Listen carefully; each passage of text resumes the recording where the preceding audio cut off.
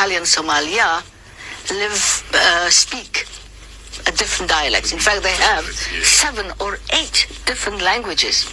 If I go to Baydaba, I would need an interpreter just like you. If I go... This woman is absolutely, without a shadow of a doubt, a liar. She is a deliberate professional liar. It's not even a manipulator. You know, there's people who manipulate words.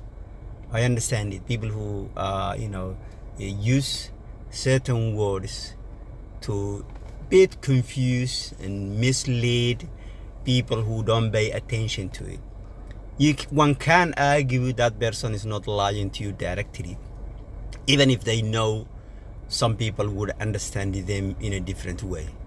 But when the person very blatantly and very clearly, with no uncertainty whatsoever, says it something, and you know it, they know it. You know 100% they know it, because they come from that environment, that, people, that situation, that, they're not someone who come from somewhere else and got the wrong impression or being told something. I can see this man who's interviewing her would be in that category.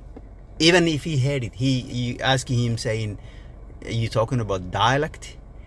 That he probably heard something. I don't think he's an African, but I don't think he's a Somali. Yeah, that's why she's speaking to him in English. So he probably have some idea that the Somalis don't have much of a difference. Is one of the very few societies in the world where I think they call, is it hegemonist, or what is, I don't know the word, but it is monoculture. Like they have one culture. There's no, it's not real genuine differentiation. And there is something, I will go into it, and she's exploiting that also a bit and trying to mislead people into that she is using certain terms misleading, but the general thing of saying it Somalis speak 7 languages of such, or different languages, or this area I need an interpreter. For example, the word when she said I need an interpreter to be in Mogadishu like you, it is complete lie, absolutely lie, no basis whatsoever, and she knows it. Kismayo, similarly, absolutely no. She would not need someone from the north. She would, well, if she is saying it, she doesn't speak Somali, that's one thing, but has nothing to do that she's from the north, from Hargeisa, that area. Has nothing to do, and I don't believe it. I saw her speaking before. This woman is a woman who kind of sees herself, she's campaigning for Somaliland to be independent. That's fine, you can have for whatever reason, but please do not lie. Don't lie to your family, to your children maybe, who would think that to be the thing if they are not in the country, and then they found that they are being fooled, and to other people who will also see you. Why don't you emphasize the other reasons, which as a lot of people do, which you think Somaliland should be independent or separate from the rest of the other Somalis? There is Somali regions who are fighting, dying to be part of Somalia. Those who have, it's not an issue for them to be part of Somalia or not to be a part of it. They see themselves, that's who they are. And if you ask them, do you want to be part of Somalia or whatever, they just look at you amazement and say, what are you talking about? It's like you ask them, you want to be part of your family. They just don't understand. There's some Somalis in that category. So if for whatever reason people want to be separate from the rest of Somalia, you should just stick. Find the reason. Is there any reason you have? Do not lie and do not exaggerate. So let's go to what she mentioned. She, for example, used sneakily and deliberately Somali Italia. This is the word Somali Italia, British Somalia. It is the name, the thing being abused. Some originally it was deliberately or strategic by those, countries who attempted to colonize Somalis and Somalia. When they failed to colonize, and I will explain it what I mean by that. When they failed to colonize, they, tried to maintain or have something to make them feel better that they might have succeeded, and also that what they did, including resources, people dying, and all of that, it wasn't to nothing. You have to understand there's an institution, there's a system, the British government and the Italian government. It is an effort has been put, an army has been sent, and I'm sure people, not so for sure, people as soldiers died, families lost their things, people even, high leaders lost their life also come, one way or the other. I'm not here now to tell you specific points, but I have no doubt. Now, all of that you need to explain it. You won't need to say, "Oh, it wasn't out of in vain. Therefore, we got something. We colonized the place." And also, you need to have something where if you get the chance, you can come back to later. The first thing I can think about is when the whole thing collapsed after the Second World War. The whole attempt to colonize Somalia and this part Africa, but when if they were hoping that things will come back and Europe will get in power and then will restart the mission of colonizing and completing the colonization of Africa, then they would have said, yeah, you see, this is Italian Somaliland, therefore it means it belongs to us. This British Somaliland, see, this also therefore belongs to us. We have to be you have to have the first say or something. It is along these lines is the reason behind why this names were left, or this name has traction. And then after that, some ignorant or maybe more of incompetent leaders run with it and sold that concept to the population. And then a lot of the population, especially those who are educated in so-called modern schools, are being fed this concept with no question, with no articulation. And then everybody a lot of people just thought, must be true, must be something called Italian Somaliland. That means Italia run the place or control the place or had it, or and also people have something to do with Italia more than any other place. Similarly, there must be a British Somalia. That means British run the place, British control the place, and British has something to do with the place more than anyone else. And that's nonsense. That's not true. Nothing of the kind. I give you a simple formula. If anyone wanna try to check whether a community, a society, a country, whatever you wanna call it, is being colonized, not an attempt. Attempt always happening. I'm sure something are happening now in the world, somewhere in the world. But whether it succeeds, even partially succeeds, or somewhat succeeds, is completely different thing. An attempt. Now, I'm not arguing an attempt has not taken place. An attempt has taken place to colonize East Africa, to colonize Somalia. These countries, British and Italian specifically, French also, did go there too. They went there. They fought there. Therefore, a very a clear attempt. A genuine attempt has been made. I mean, soldiers, people being put on the ground. Food were put on the ground. All of that happened. The question is, did it succeed, or did it somehow succeed? No, it did not succeed. There's a one I will come back to it. French bit is the one we can say it somehow succeeded. Now, what is the formula? I give you a simple formula. If you want to determine, if you want to have an idea of whether an area has somehow been colonized or colonization has some effect on it, there's three things you can easily check. Whether that area, the language has changed. The language has changed. Like it doesn't have to be even all the people, but the language is spoken, particularly in the city, particularly the administration. Like, for example, I can give you a simple example. Kenya Kenya was colonized, the system, not necessarily the whole country everywhere where there's a Kenya now, but the system is being set up by the British and left by the British, handed to whatever they left behind. And therefore a colonization, a genuine colonization has taken place, however long it continued. And that's why in Kenya, when you go there, the language of the English is there. It's English language.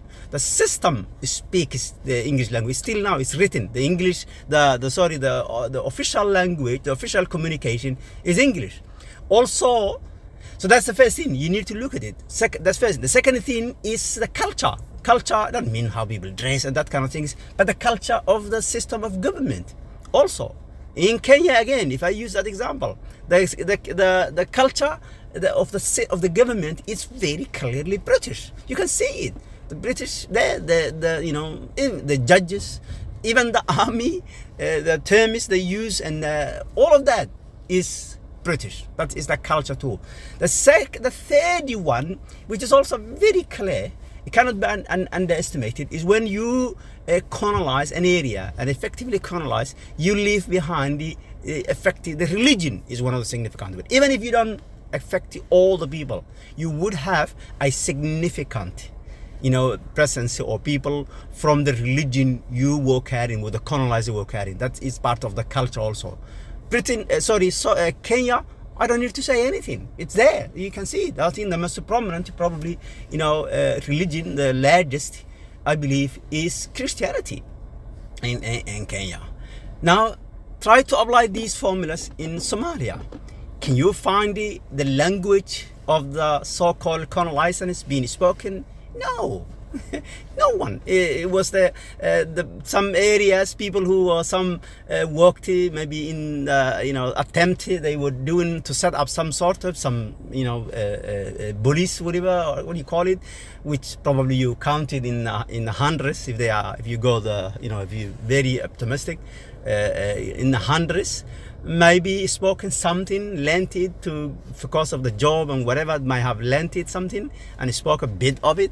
Does not mean they spoke outside of the job. Absolutely none whatsoever.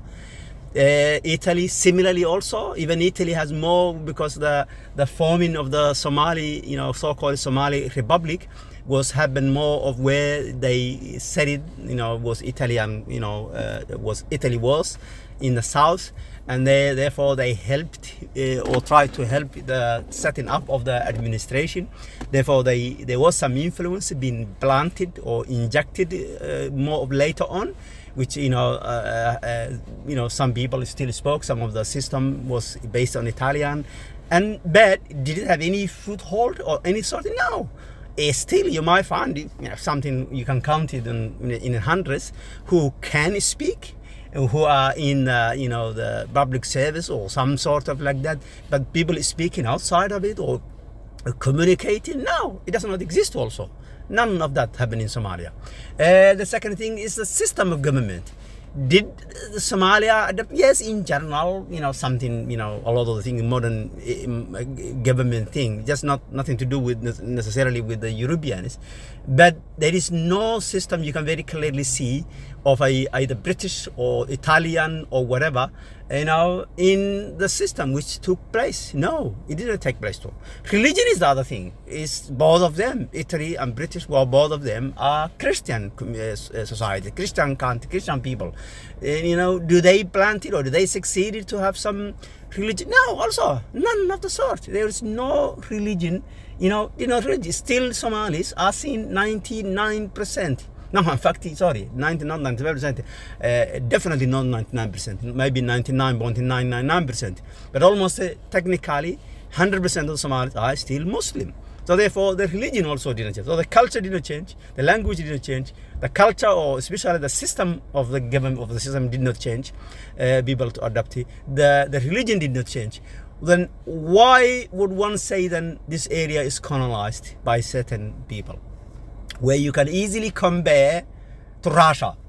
You never hear Russia colonizing or what other country. Just to pick up any other country, you know, you cannot. It's other than the modern thing, and a lot of countries, a lot of, you know, systems and share. There is nothing you can absolutely associate to Britain, or clearly Britain or Italy has taken root. Therefore, this was not colonized, and this name, therefore, it is that attempt, as I said it from the beginning, of these countries trying to make it look like that whatever they did and people who died in the resources, they wasn't in vain. They got something out of it. That's why this place, we colonized it in a name only. And also to have something to come back to it. If they have a chance of the power of Europe come back and they have to, you know, divide among themselves again, Africa or whatever, they can say, oh, this, you remember, this was our, this is our, you know, this is our name. See, or Italian, British, oh sorry, Italian Somali or British Somali. So that is what happened. And now this woman, so who I call her to be a professional liar, says it to mislead people that there is something call it or have taken root or something, people have something to do with Italy, Italian Somaliland. And then she goes, I don't understand, I need an interpreter like you if I'm there. Which anyone who don't fully understand the thing, because she mentioned Italian and associated the place with Italian, and now she's saying it, I need an interpreter, it must mean they speak Italian and she speaks English or Somali or whatever. And that is the truth. First of all, as I said, people have nothing to do with Italy, nothing whatsoever. Oh, well, I would say nothing, but it is no significance. Italy did not have any impact on the society as a whole, none, because they were there just a few years. An attempt was made, did not succeed, and then the whole thing collapsed after the Second World War. Therefore, nothing. They didn't have any effect. British Somaliland, same thing. There is a more effect in the so-called British Somaliland or Somaliland, because that is where the British and usually Brits are a bit effective, so they created some, you know, people who working for them, and they continued. And also British being a power for a while after even, you know, Second World War, helped it to regenerate, build whatever influence they were setting up, and probably continuing up to now. So because of that, there is a bit of, you know, more British influence than the Italian influence. In other words, the influence that the British had on the area they claim is more than the area than the Italians are claiming. There is another third thing she mentioned. One group she mentioned, which she has some slight point. That is, she said Baidawa. Baidawa is true, is a community of Somalis who are, if you actually look at them, every way you look at them, the way they look, the way they, you know, conduct the culture, everything is a typical Somali. In general, typical Somali. They're Muslim, they don't have any other religion or anything, but they do use a very strong dialect, Somali dialect, which is typically the other Somalis who have never been exposed to or never dealt with them directly, the other Somali, and I'm talking about something like probably 90%, if not more, 95% of other Somalis, regardless of where they actually are, whether they are part of, you know, Ethiopia, part of Kenya, all of that. They might struggle if they first time encounter with someone from Baidawa. They might struggle to understand the person. But the other thing which is well known is them, the people who from Baidawa, that area, actually 90% of them, I would say, I'm not sure whether I can say 100%, but 90% of them actually understand the Somalis perfectly. That's why they don't need it. You see them very clearly sometimes when they are in the rest of other Somalis, you know, the Somalis are tribal communities. You see them, sometimes they talking to themselves in a strong accent, and they also talk to people. And sometimes when the person talks to them, they switch it very easily and speak to them, you know, the common dialect, the common Somali dialect. They just talk to them, and there's no issue. You don't see it being made a big deal out of it. As I said, it is the most effect is being seen when the other Somalis who are not exposed, who were not encountered with the people from Baidawa, that area, they might struggle from the beginning, the dialect, very strong dialect, And by mind you, I think I think it is very very easy the other Somalis to learn. It just they need to get a some sort of a formula or something hang of it. And the reason I say that is you'd be amazed how many people who actually speak perfectly who are Somalis, who are not born there or did a lot to it. They just been part of that community, or they maybe stayed there for 1 year or 2 years, or they may have a lot of friends from that area. For whatever, all this kind of reasons, you just see them, actually speaking that dialect very fluently, and someone who doesn't speak, who understand a lot of the words like me would find a bit left out and not quite sure what is going on, but as I said, a lot of people is very very easy for them. They get the hang of it very quickly, and that tells you that the two dialects are very close and very related, and they only you call it a twist of things, not associating twisting one or the other. The rest of the other Somalis maybe originally everyone spoke they call it Rahawain dialect. Maybe they spoke dialect and the rest of the Somalis deviated from that, or could be the other way around. Regardless of what it is, one they just been originally one on the same, and there's been some deviation from each other, but you can easily pick it up. Now, I know I have made it very long, but that is the reality. And I think this woman should stop the lie of wanting to advocate Somaliland or the northern or Hargeisa or that region to have a separate government from other Somalis. She does not need to lie and mislead her own children who maybe are not won't grow up there in Somalia, and therefore take literally what she's saying, and also other communities. And for the future, Somalis are, as I said earlier, one of the monoculture societies. I believe Somalis occupy the largest geographical area where they have, let me step back a little bit. They have the largest geographical area occupied by one community who pretty much share everything: the language, the religion, the culture, the look. By and large, there is some small deviation within Africa, and also there's some communities who are actually from the Middle East and that kind of thing. But they're very tiny in the cities, largely. But the overarching, Somali, look and are that. So to now say that large geographical, and now someone to be saying that we have some languages, and she's not even alluding. This is the sad part of it. There is a community who can be said have a genuinely bit of a different culture from the culture of the 95 maybe more percent of the Somalis, who are the kind of the nomadic Somali, culture. The nomadic people of the Somali, that are the majority of the Somali, and that is their culture is also based. Even those community I was talking about, the Rahawain and the dialect, they are also nomadic like any other Somalis. They live the way the other Somalis live. Therefore, that's why you cannot differentiate them in terms of look and culture and everything. But there's a very small communities who originally come from outside of this area where the Somali is now.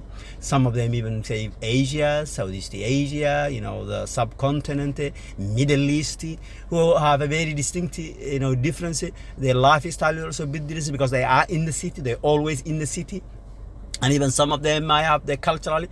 I think most of them, I believe, are Muslim, but they is culture. They're a bit different. They look different. They even kind of and even speak another language. Even sometimes they all got their own. No one notices it. They might have even their own dialect, which is in association where they originally come from. All sorts of things. She's not even talking about that. She's clearly talking about the Somali nomadic cultural, originally nomadic, or where maybe they still Somali, who they see themselves that they are the only Somalis in Somalia. Those are sadly the people she's differentiating and saying it. They have 7 languages. That is the really sad part of it. She is not trying to acknowledge the community who were maybe in Somalia centuries and come from somewhere else, and therefore she's not trying to acknowledge that.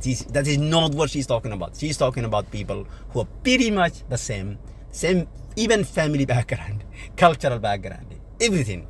That is the people she's talking about, and she's saying they have different cultures of different languages. To Kismayo, I will need an interpreter. If I'm in Mogadishu, That's lie. As I said, it's absolutely a lie. She would not need a typical person and every people in Mogadishu or in Kismaya an interpreter. Absolutely. Check it there everywhere. No, none whatsoever. very often have difficulty understanding, and the same goes for the Italian Somali. Dialects and languages are different. Cultures are different. But then those who live in Italy...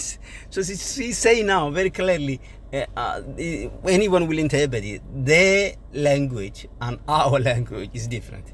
Our dialect and their dialect is different. Our culture and their culture is different. In Somalia speak different dialects. In fact, they have 7 or 8 different languages. If I go to Baydaba, I would need an interpreter just like you.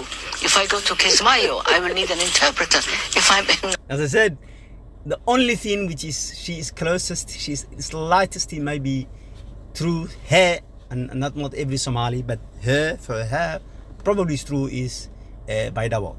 As I said, they speak a very strong dialect of their own, and people who are not exposed to their dialect would struggle to understand. It doesn't actually mean they don't completely understand. As I said, they're very similar, they have the word, you sometimes feel words are a bit twisted or that kind of things. So, but Kismayo or Mogadishu or all of that is nonsense, completely untrue. Mogadishu, I very often have different